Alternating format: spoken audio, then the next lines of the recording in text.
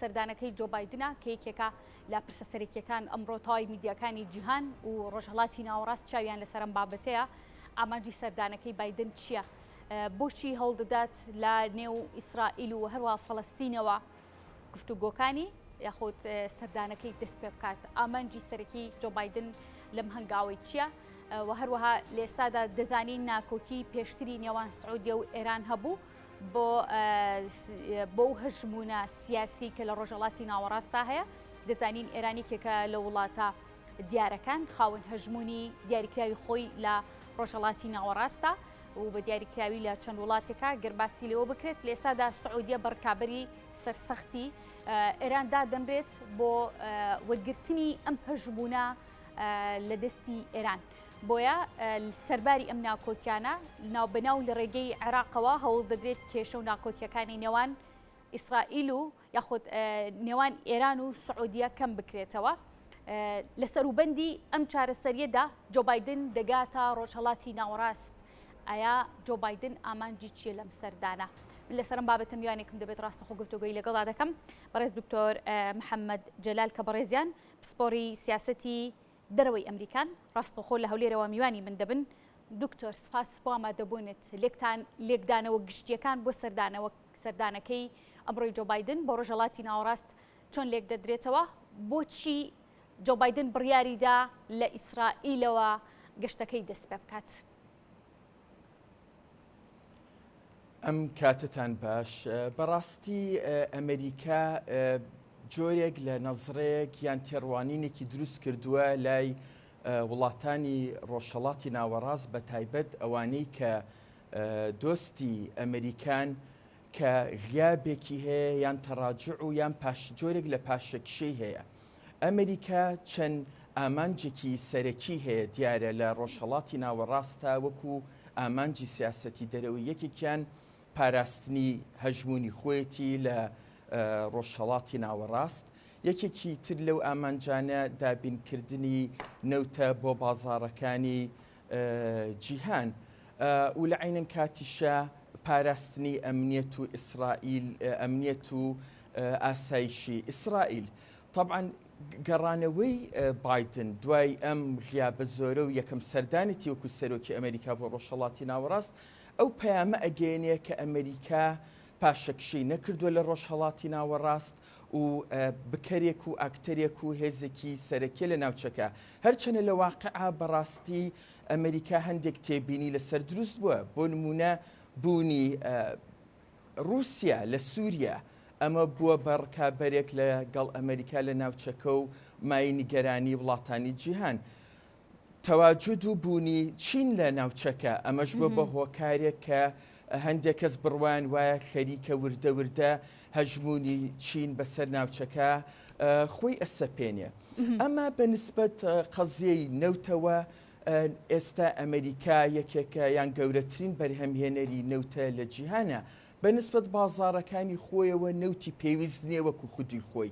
بەڵام ئەم شەڕەی ئۆکرانیا کە لە مانگی دووە رووسیا پەلاماری ئۆکرانیایا کاریگەریەکی زۆری هەبووە لەسەر نرخی نەوت لە بازاڕەکانی جیهانە و ئەمەش دیارە ڕنگدانەوەی هەبووە لەسەر نرخی نەوت لە ناوبازاری ئەمریکا.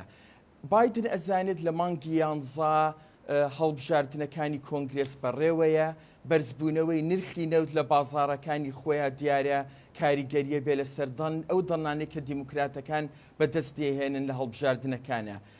ئەمە لەلایەکەوە لەلایەکی تریشەوە بەرزبوونەوەی نرخی نەوت لە بازاڕەکانە لەگەڵەوە کە ئەمریکا وڵاتانی ڕۆژئاوا بەگشتی هەندێک سزایان خستۆتە سەر رووسیا داهاتی ئەم نەوتە بەم نرخە بەرزترە ئەگەڕێتەوە بۆ ناو خەزێنەکانی رووسیا کە ئەمە دیارە لە بەرژەوەندی رووسیایە. باشە لە کوێن بابەتانەی کە باسی کرد کاریگەری لە زۆرینەی ڕەنگە وابەستە بێ بە عێراقیشەوە لە پرسی سوتەمەنی و نەوت و کۆمەڵێک بابەتی دیکەیە.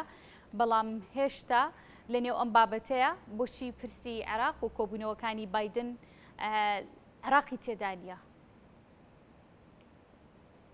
بەڵێ بایدن کۆ بێتەوە لەگەڵ چەند هێزێکی عەرەبی لە ناوچەکە هەر لە سعودیە لە ماوەی داهاتووە بەڕاستی ئەوەی کە ئەمریکاش نیگەرانەکە جگە لە مۆزوعی دیارە ئێرانە هەژمونی ئێران تەدەخولاتی ئێران ئەمە مایەی نیگەرانی ئەمریکا هەم لەبەرەوەی کە بووە بە ڕکابەر بۆ هەژمونی ئەمریکا لە ناوچەکە و هەم لەبەرەوەی کە کاریگەریە بۆ لەسەر ئاسایشی ناوچەکە لەبەر لەو تێڕوانینەوە عێراقیش بەشدار ئەبێ لەو کۆبوونانەی کە لە سعودیە جێبەجێ دەکرێت. باش پێشتر لە کابینەکەی ترامپە کۆمەڵێک پرس یەکلایی کرانەوە لە نێوان ئیسرائیل و فەڵەستیندا بوو. لە ئێستاشدا یەکێک دیارە لە کۆبوونەوە و یەکێک لە ئەجندەی سەردانەکەی بایدن یەکخستن و هەروە دانستان و گفتوگۆکردن لەگەڵ هەر یەک لە سەرکردەکانی ئیسرائیل و هەروە فەڵەستیندا. ئەمریکا دەیەوێت جۆ بایدن دەیەوێت چی بکات؟ ئایا بەمە گەلی فەڵەستینی ڕازی دەکات و دەتوانێت ئەم دوو وڵاتە لە یەکتر نزیک بکاتەوە؟ بەڕاستی بایدن ممکنە ئەمە پەیامێ بۆ فەڵەستینەکان لەوە جارێکی تر باسی چارەسەری دوو دەوڵەتی بکات واتە دوو دەوڵەتی فەڵەستین و ئیسرائیل لە تەنیشتێکەوە بن، بەڵام ئەمە تەسەورەکەم لە بەلاغێکی سیاسی تێنەپەڕێت لەوە ناچێت ئیسرائیل لەسەر ئەم پرۆژەیە جدی بێ، بەڵام دڵنیام لەوە ئەچە فەڵەستینەکان ئەمان پێخۆشە بێ. خاڵێکی تر هەیە کە جۆرێک لە تەشەنوج و نیگەرانی دروستکردو لای فەڵەستینەکان ئەویش ئەوەیە کە وەک بەڕێستانە زانن پەیامنێری جززیرە شیرین ئەبوو عاقلێ کوژرا چەند مانێک لەم و پێش ئەمە نیگەرانی لای فەڵەستینەکان دروست کرد. ئەمە ممکنە هەوڵ بدرێت تۆزێ ئەمەش بڕەوێنرێتەوە وەک بیستوشمە بنەماڵەی شیرین ئەبوو عاقلە داوایان کردووە جۆ بایدن ببینن، دڵنیا نیم ئەگەر ئەوە ڕێگە پێدراو بێت. ممکنە فەڵەستینەکان داوا بکەن کە بارودۆخی قودس لەم دۆخی ئیستایە بەو وەزع مێژوویەی خۆی بهێڵدرێتەوە و نەهێڵدرێت بچێتە سەر ئیسرائیل بە شێوەیەکی فەرمی. ئەمانە هەمووی نیگەرانی، بەڵام بالمقابلیش تەسەورم وایە ئیسرائیل بۆ نمونە ئاخر جار کە بایدن چووە ئیسرائیل جێگیری سەرۆکی ئەمریکا بوو داوای کرد کە شوێنی نیشتە جێبوونەکان ڕابگیرێت ئەوە بۆ ئیسرائیل هیچیش بە هەندی وەرنەگرت و بەردەوام بوو لەو کارانەیە. لەوە چێ لەگەڵ سەرۆکی ئۆپۆزیسیۆن ناتنیاهۆ کۆبێتەوە و لەگەڵ سەرۆکوەزیرانی کاربەڕێکەری ئیسرائیلیش کۆبێتەوە و لە عینەن کاتیشە هەندێک بیر و باوەڕ هەیە کە لەوە ئەچێت هەندێک هەوڵ هەبێت کە ئیسرائیل و سعودیەش لە یەک نزیکەنەوە. بۆ نمونە تارەکەی بایدن ڕاستەوخۆ لە سعودیەوە لە ئیسرائیلەوە ئەفرێ بۆ سعودی. ئەمە جۆرێکە لە گۆڕانکاری ممکنە لە شێوازی مامەڵە لە نێوان ئەم وڵاتانەدا. بەڵام بکەیتە سەر مۆزوعی سعودیەش هەر دیارە مەلەفێکی هەستیارە وەک بەڕێستان ئەزانن پێشەوەی کە بەڵێ لەبەرەوەی وەک بەڕێستان ئەزانن پێشەوەی کە بایدن ببێ بە سەرۆک باسی لەوە کرد کە سعودیە وڵاتێکی درڕندەیە دوای ئەوەی کە محەممەد بن سلمان وەلیعهدی سعودیە دەستی هەبوو لە کوشتنی ڕۆژنامەنووس جەمال خاشوگچیە. بەڵام اینجا ئەوە بوو هەرمانی دوی ئەم ساڵ لەسەر بڕیاری بایدن راپۆرتێکی هەواڵگری بڵاو کرایەوە کە ئەمریکا ئامادەکرد کە تایە بە یەقینی ئاماژە ئەدا بە ڕۆڵی ڕاستەوخۆی محەممەد بن سلمان لە کوشتنی جەمال خاشوگچیە. ئەمانە هەمووی تەشەنوجی دروست کردوە. اینجا لە عینە کاتیشە بایدن لەوە ئەچێت و لەوە ئەچێت داوا لە سعودیە بکە کە بەرهەمی نەوتی لە بازارەکانی جیهانە زیاد بکە بۆ ئەوەی نرخی نەوت وەک گوتم دابەزێنێ بۆ ئەوەی رووسیا کەمتر داهات بچێتەوە ناو خەزێنەکانی. ممکنە سعودیەکان لەسەر ئەم شتانە زۆر دواتر دێمە سەر پرسی رووسیاش کەوا بڕیارە ڤلادیمیر پۆتینیش لایندەیە یاخود هەر هەفتەی داهاتووی سەردانی ئێران بکات و کۆبوونەوەیەک لەگەڵ ئیبراهیم ڕئیسی ئەنجام بات. بەڵام لەسەر پرسی سعودیە دەمێنمەوە. سعودیە و ئێران ئەو دوو وڵاتن کە لە ئێستادا ڕکابەرێکی سەرسەخت دەکەن بۆ چەسپاندن و زیادکردنی هەژمونی خۆیان لە خۆڕەڵاتی ناوەڕاستدا. ئێران هەژمونێکی دیاریکراوی هەیە دەزانین و سعودیەش بە پشتیوانی ئەمریکا وەک دەوترێت لە هەوڵی زیادکردن و لێسەدنەوەی ئەم هەژمونەیە لە ئێران. عێراق یەکێکە لەو وڵاتانەی کە هەوڵی ئاساییکردنەوەی پەیوەندی نێوان سعودی و ئێران دەدات، هەوڵی لێک نزیکردنەوەیەکی دەدرێت نزیکبوونەوەی ئەم دوو وڵاتە لە ڕێگەی عێراق و سەرکردەکانی عێراقەوە. نزیکبوونەوەی ئەم دوو وڵاتە لە ئێستادا کە زۆر باسی لێەوە دەکرات، مەترسێکی لە لای ئەمریکا دروست کردووە تاوەکو بە پێویستی بزانێت سەردانێکی لەم جۆرە بۆ ڕۆژهەڵاتی ناوەڕاست ئەنجام بدات. بڕوا ناکەم نزیکبوونەوەیەکی لەو جۆرە ڕوو بدات لە نێوان سعودیە و ئێران کە مەترسیەک دروستکە. بە پێچەوانە تەسەورم وایە ئەگەر سعودیە و ئێران لێک نزیک بنەوە ئاسایش و ئارامی لە ڕۆژهەڵاتی ناوەڕاستە زیاتر بەرەو بەڵام بۆ ئەمریکا نزیکبوونەوە ئەجەندای ئەمریکام ئاسایی بوونەوەی ئەوێت بۆ ئەمریکا نزیکبوونەوەی سعودیە و ئێران چی دەبێت؟ ئەو ئاسایی بوونەوەیە کە باشە بۆ ڕۆژهەڵاتی ناوەڕاست بۆ ئەمریکاش باشە؟ بەڵ ئەگەر شتیوا ڕووبا بە دڵنیاییەوە ئارامی وردەوردە ئارامی ئەگەڕێنێتەوە بۆ ناوچەکە، چونکە دیارە ئێران لە ڕێی پرۆکسەکانی خۆیەوە لە ڕێی نوێنەرەکانی خۆیەوە هەوڵێکی زۆر زۆر جددیاوە بۆی سەقامگیری لە ڕۆژهەڵاتی ناوەڕاستە تێک بدا و هەژمونی خۆی پسەپێنێت. تەمان هەژمونی خۆی بە ڕکابەریکە بە ڕکابەری دیارە ئەمریکا و ئیسرائیل. ئەگەر جۆرێک لەم نزیکبوونەوە ڕووبدا ئاشتی و ئارامی بگەڕێتەوە بۆ ڕۆژهەڵاتی ناوەڕاست، بڕوا ناکەم ئەمریکا پێی ناخۆشە لەو بڕایەدان پێشی خۆش بێ، بەڵام من تا ئێستا هیچ مؤشراتێکم کاریگەری بۆ بەرژەوەندیەکانی ئەمریکا نابێت لە بناوچەیە؟ کاریگەریەکی باشیە بێت ئەگەر شتیوا ڕووبدات. ئەگەر شتیوا ڕووبدات کاریگەریکی باشیە بێ، بەڵام هیچ شتێکی وازح و ئاشکرا دەرنەکەوتوە کە سعودیە و ئێران بەو جۆرە ئاشتەوایی دروست بێتەوە لە نێوانیانە. هەردوو وڵاتەکە ئەجەندای تایبەت بەخۆیانیان هەیە و طبعا دیاریشە ئێران هەیمنە و هەژمونی زیاتر و سعودیەش لە ڕێی چەکڕینەوە بە پشتگیری ئەمریکا. اینجا سعودیە نیگەرانیەکی تریشی هەیە بەڕاستی. بینی بۆ نمونە کە کاتێک حوسنی موبارەک خۆپیشاندانەکان لە قاهرە دەستیان پێکرد، حوسنی موبارەک حەلیف و هاوپەیمان و دۆستی ئەمریکا بوو. بە چەند هەفتەیە خۆپیشاندان زۆر ئەمریکا دەستی لە باشە. باس لەوە دەکرێت کە ڕێخەری ئەم سەردانە ئیسرائیل بێت لە کاتێکا فشارەکان بۆ سەر ئێران لە ڕێگەی ئیسرائیلەوە زیادیان کردووە. پێتان وایە ئەم سەردانی جۆ بایدن زیاتر بۆ بەرژەوەندی ئیسرائیل بێت و هەروە فشاری زیاتر بێت لە ڕێگەی ئیسرائیلەوە بۆ سەر بەرژەوەندیەکانی ئێران لە ڕۆژهەڵاتی ناوەڕاست؟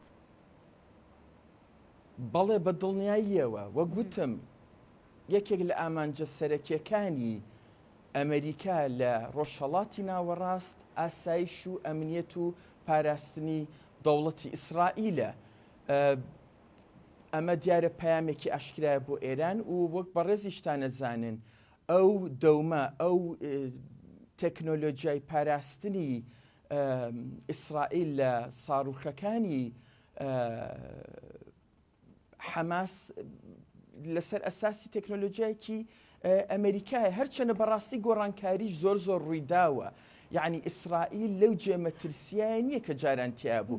وەک بەڕێستان نەزانن ئیتیفاقیەکانی ئەیبراهام ئەکۆردی 2020 وڵاتە عەرەبیەکان لە مسابقە و لە مسابقەدان کە بگەنە ڕێکەوتن لەگەڵ ئیسرائیلە، ئەوە ئیمارات، ئەوە سوودان، ئەوە مەغرب، ئەوە بەحرین، یعنی و ئیسرائیلیش بە دڵنیایی وڵاتێکی بەهێزە. یعنی ئەوە نییە بڵێ ئەمریکا وەکو جاران نیگەران بێ لەسەر ئەمنیەت و ئاسایشی ئیسرائیل بە شێوازی بەو شێوازەی کە جاران لە ئارادا بوو، بەڵام بە دڵنیاییەوە ئێران اعتیبارە کرێ و ئەناسرێ وەکو هەڕەشەیەکی جددی بۆ سەر ئیسرائیل.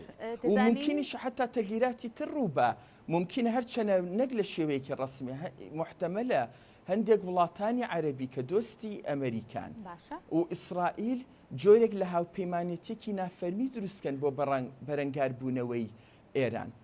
وەک جەنابەت ئاماژەت پێەیە ئێران بۆچی هێندە گەورەیە کە تەواوی وڵاتانی کەندا و ئەمریکاش ڕوبەڕووی وەستاونەتەوە؟ ببوورە پرسیارەکەم گوێ لێ نەبوو. وتم ئەم مەترسەی ئەمریکا لە ڕۆژهەڵاتی ناوەڕاست چییە کە تەواوی وڵاتانی کەندا و هەروە ئەمریکا ڕوبەڕووی ئێران وەستاونێتەوە. مەترسی هەژمونی ئێران چییە؟ بۆ لی دەترسن؟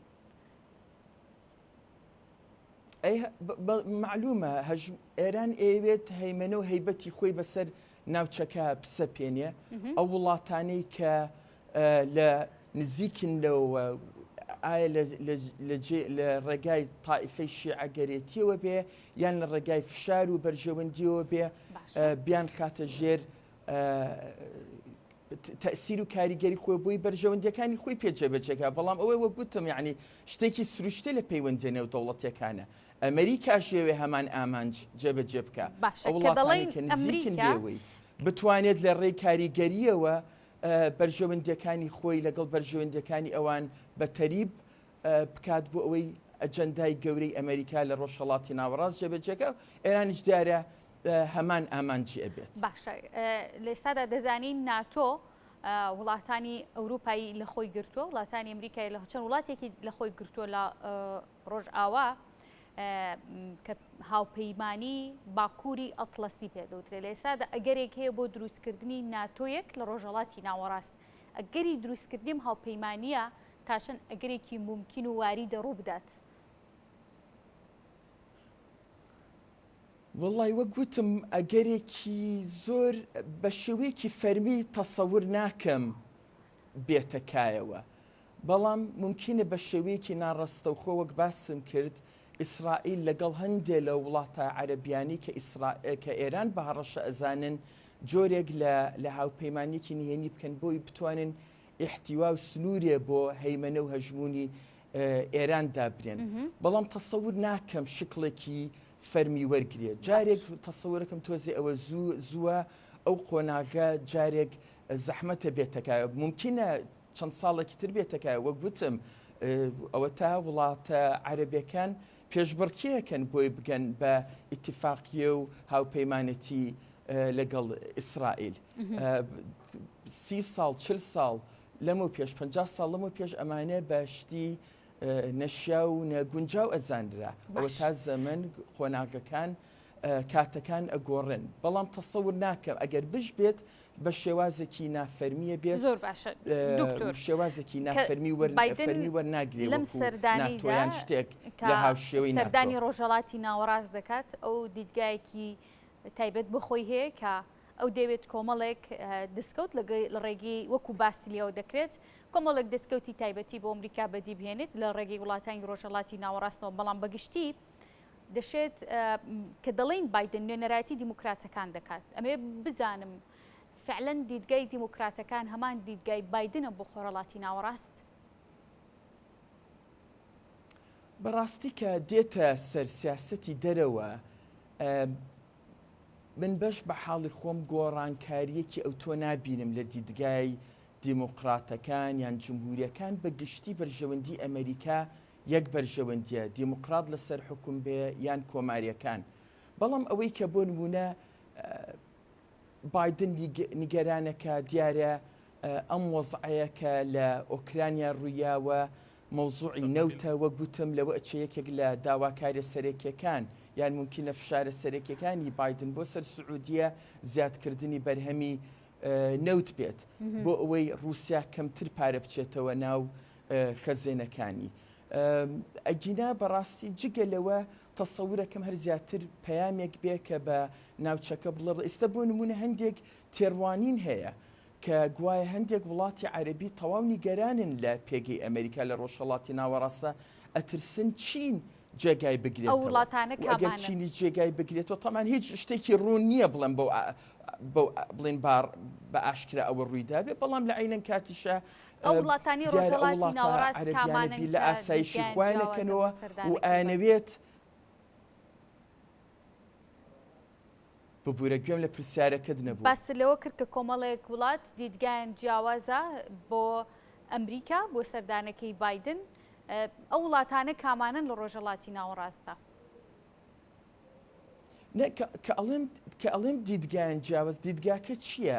ئەوانن کە دۆستی ئەمریکان لە ناوچەکە بەڵام نیگەرانیەکیان لا دروست بووە باش هەست دەکەن ئەمریکا پاشەکشەی کردووە زۆر باش بەڵام خۆی ئەمریکا لە واقعیشە بۆ گوتم پاشەکشەی کردو هۆکارێکی زۆر وازح هەیە بۆ ئەمە ئەمریکا گەورەترین بەرهەمهێنەری نەوتە لە عالەم ئیعتیمات و پشتی نەبەستووە بە نەوتی ڕۆژهەڵاتی ناوەڕاست وەکو جاران ئەمە ئامانجێکی سەرەکی بوو دووهەم ئیسرائیل وڵاتێکی بەهێزە و ئەمنێت و ئاسایشی لەژێر خەتەرانیە وەکو جاران وەک گوتم وڵاتانی عەرەبی پێشبڕکێەکەن بۆ ئەوەی کامیان زوو ببێ بە دۆستی ئیسرائیل ئەمە دوو سێهەم مایەوە مەوزوعی هەیمەنە بەڵێ لە هەیمەنەکان نیگەرانیەکی وازح هەیە سین هاتوۆتە ڕۆژهەڵاتی ناوەڕاست و تەواو خەریکە لە بواری ئابووری و بازرگانی و بینا و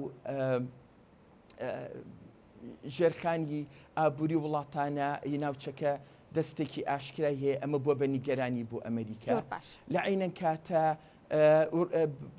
رووسیا لە سووریا تەدەخولەکە طبعاً ئەمریکا ئەگەر پاشەکشە بکات دیارە هەیمەنەکەی و هەژمونەکەی کاڵە بێتەوە ساحەکە چۆڵکە رووسیا و چین پڕیکەنەوە دیارە وڵاتانی ناوچەکە زۆر نیگەرانە بن لەو پاوپەیمانێتی و دەستایەتی هیانە لەگەڵ ئەمریکا ئەمە هۆکاری بە بڕوای من پەیامی سەرەکی بایدن ئەم دوو شتەیە یەکەمیان زیادکردنی نەوتی ڕۆژهەڵاتی ناوەڕاست بۆ بازاڕەکانی گیان بۆی نرخ دابەزێ کە نرخش دابەزێ وەکوتم دوو ئامانجێ یەکێکیان پارەکەچێتە خەزیێنەی پوتنەوە دووەمەش نرخی نەوت لە بازاڕەکانی بەنزینخانەکانی ئەمریکا بەرز بۆ تۆ ئیستا ممکنە دابەزێت و وەگوتە مانگی 11 کۆبوونەوە هەڵبژاردنەکانی کۆنگرێسە میدتەرم ئەلەکشنە ئەمە دیارە کاریگەریە بێ لەسەر دەنگی ئەو دەنگانی کە دیموکراتەکان بەدەستێنن یعنی بەڕاستی مەوزوعی هەژمون و نەوتەکە کێشەی سەرەکیە بەڕێز